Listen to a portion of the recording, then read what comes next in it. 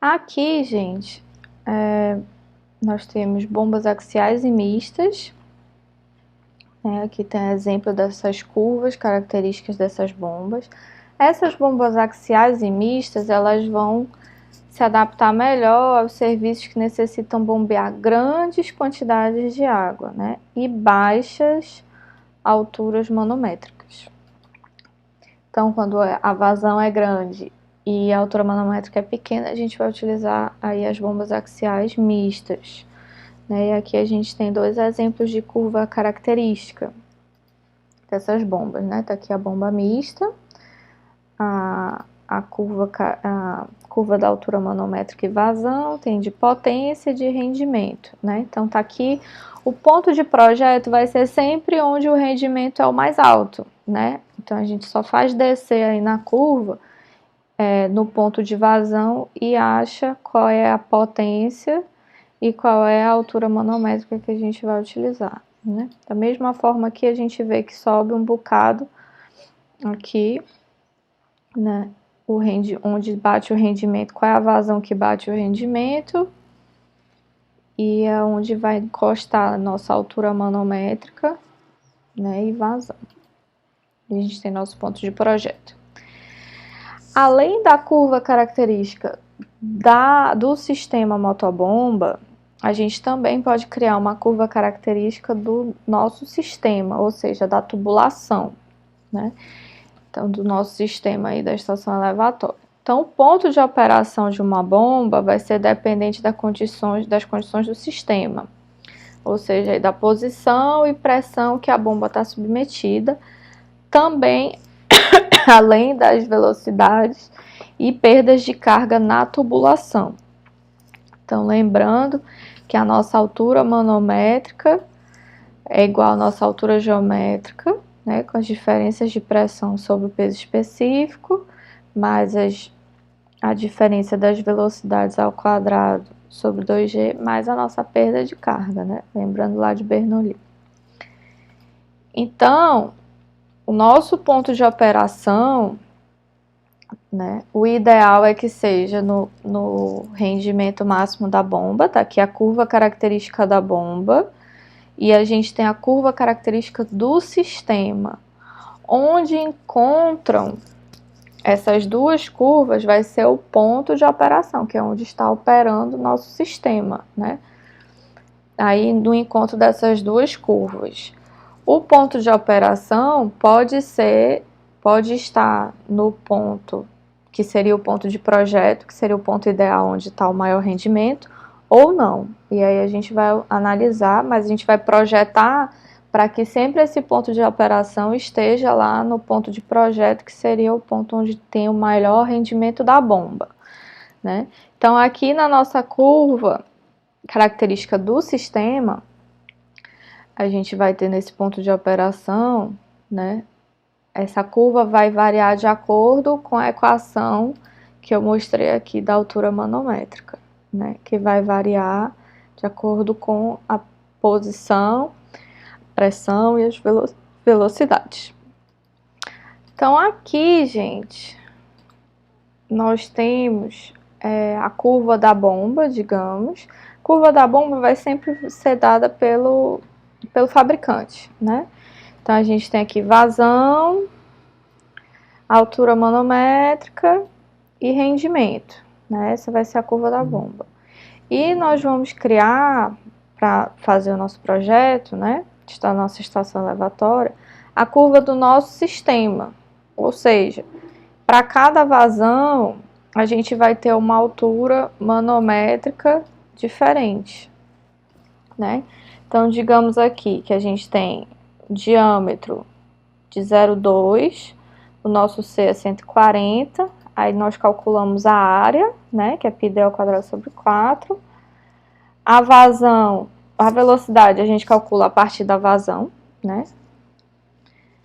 A gente tem o comprimento da nossa tubulação, V ao quadrado sobre 2G, que primeira perda de carga contínua, isso aqui é Reason-Williams, e a perda de carga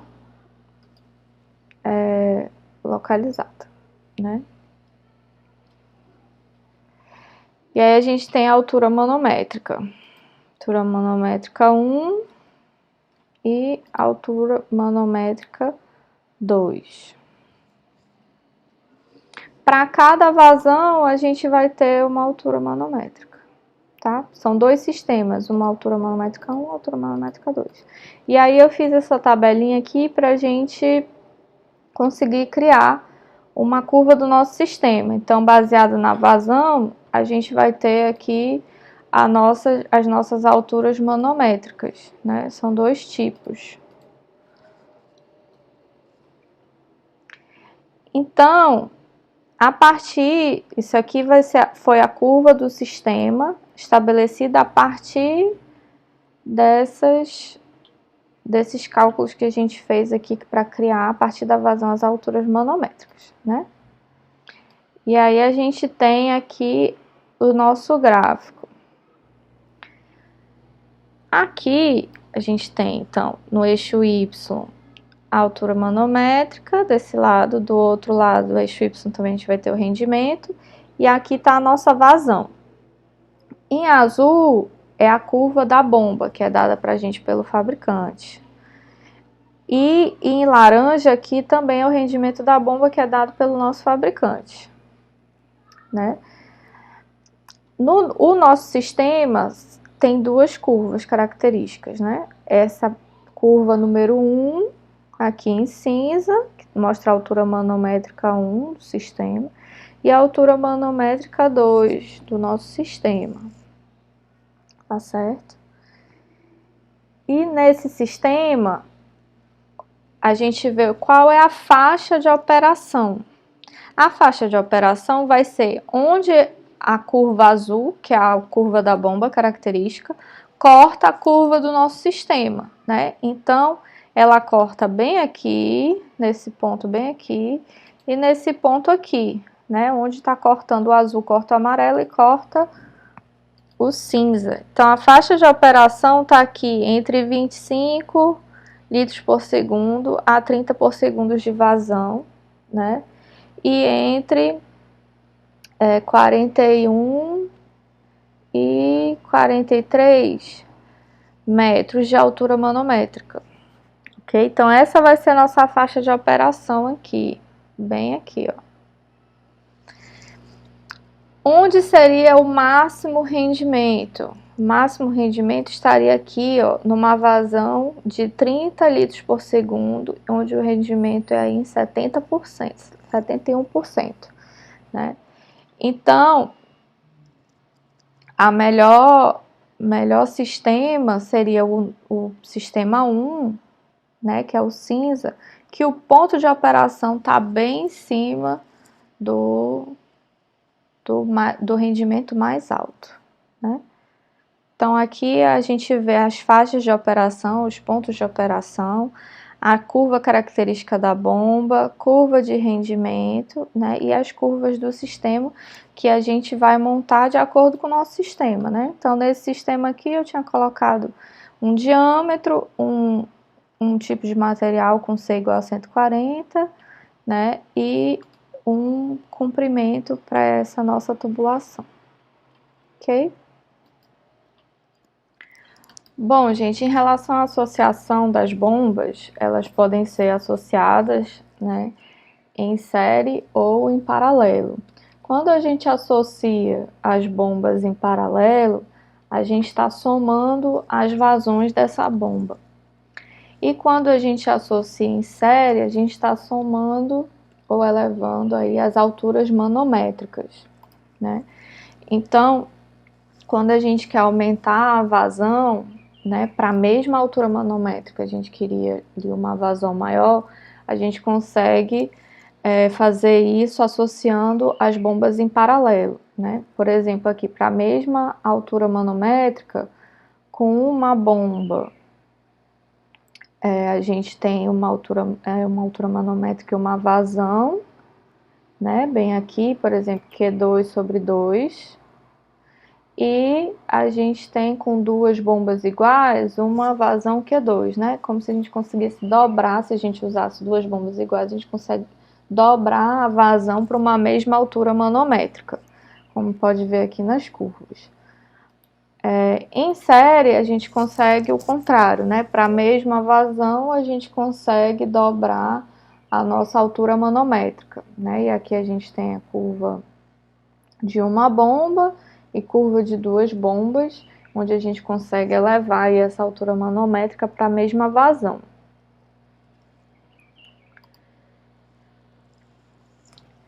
Cavitação e altura de sucção, gente. Então, isso aí vocês devem ter visto muito em hidráulica, né? Mas a gente repete aqui também um pouco, porque a gente está falando de estação elevatória e de bomba.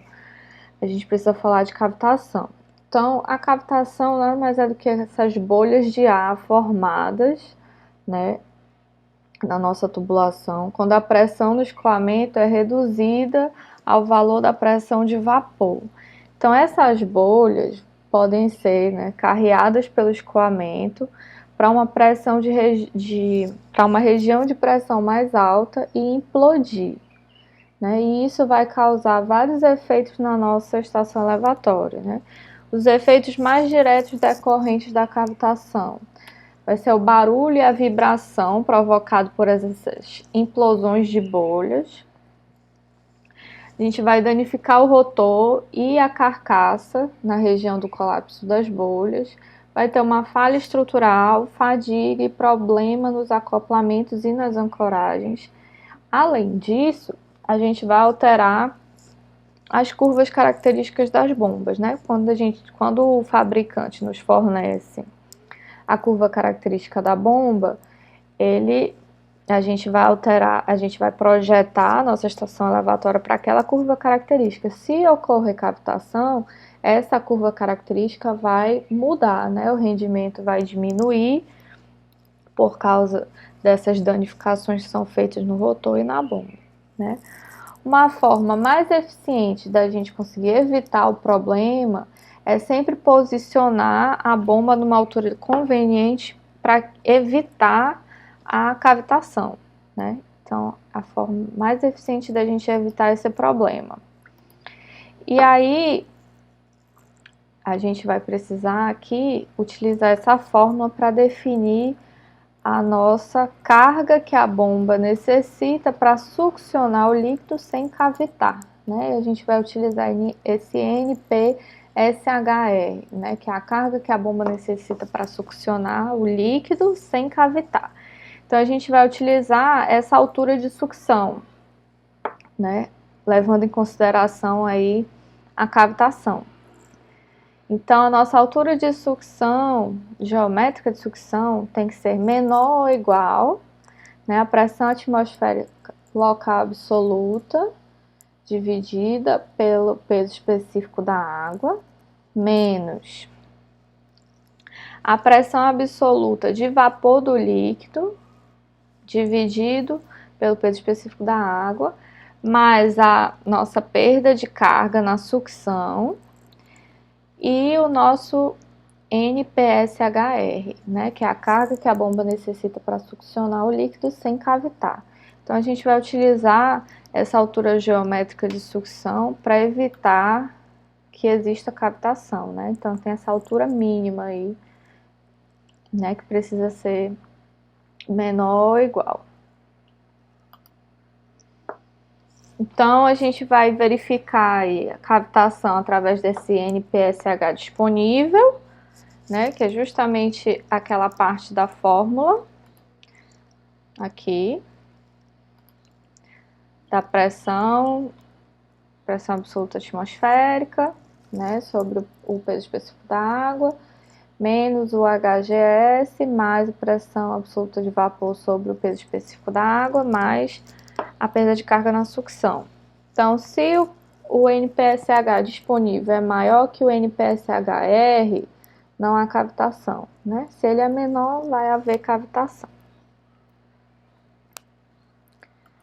Então, a gente tem que ter sempre esse cuidado aí com a cavitação para não alterar a curva característica da bomba, né? Que isso vai influenciar no nosso projeto, se é um bom projeto ou não, e também para não danificar a nossa estação elevatória, né?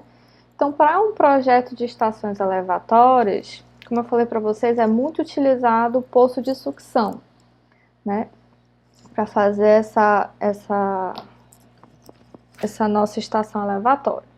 Então, quando a gente tem tomada de água bruta, né?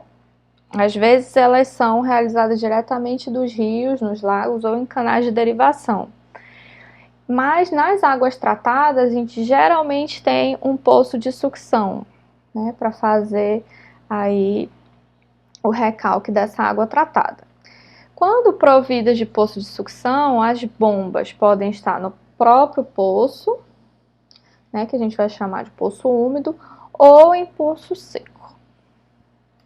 Então aqui nós temos uma tomada de água direta, né, do manancial, onde a gente tem aqui a válvula de pé com crivo, e vem aqui a casa de bombas, onde está o nosso conjunto motobomba. E a gente tem também, por exemplo, uma tomada de água direta, né, através do canal de derivação, né, com uma bomba de eixo vertical. Mas a gente pode ter os poços úmidos ou poço seco, né? No caso do poço úmido, aqui a gente tem a bomba e a tubulação imersa na água, né? Tá aqui o nível de água. Ou um poço seco, que a gente separa o nível de água, usa a tubulação de sucção aqui e a bomba tá seca, né? Ela não tá imersa na água. Ela tem essa proteção aqui, por isso chama o poço seco.